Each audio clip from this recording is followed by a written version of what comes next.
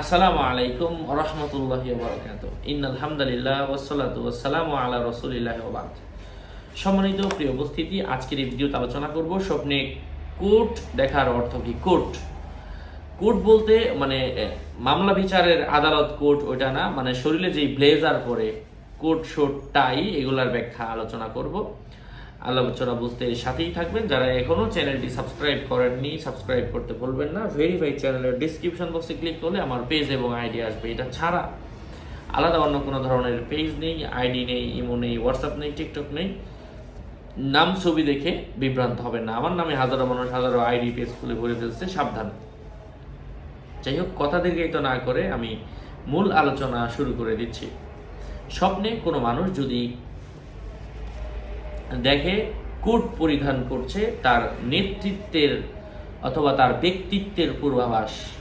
কারো মতে ব্যবসায়ীরা যদি কোট পরিধান করতে দেখে তাহলে ব্যবসার মাধ্যমে দারিদ্রতা থেকে মুক্তি পাবে। স্বপ্নে কোটে ময়লা দেখা জীবিকা অর্জনে ভুল করা ও মান সম্মান ও ক্ষমতা হারানোর লক্ষণ। গ্রীষ্মকালে কোট পরা দুর্দশার আলামত। গরমকালেও যদি আপনি কোট পরেন দুর্দশা। শীতকালে কোট পরিধান করা এটা অবশ্যই শুভ লক্ষণ, ভালো লক্ষণ বলে বিবেচনা করা হয়। নকশাকৃত রেশমি চাদর দ্বারা মহিলা উদ্দেশ্য। রেইনকোট বৃষ্টির সময় যা পরা হয়। এই কোট মানুষের মাঝে স্মরণীয় হওয়ার লক্ষণ।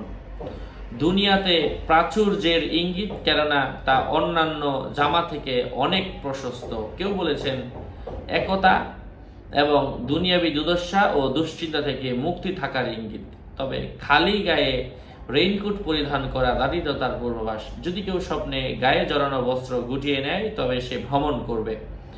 আশা করছি বুঝতে পেরেছেন। আরও আপডেট পেতে সাথেই থাকবেন।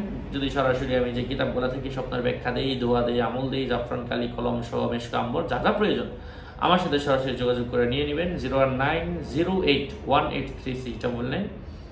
যাই হোক, আপনাদের মঙ্গল এবং দীর্ঘায়ু কামনা করে এখানে শেষ করছি। ওয়াসসালামু আলাইকুম ওয়া রাহমাতুল্লাহি ওয়া বারাকাতুহু।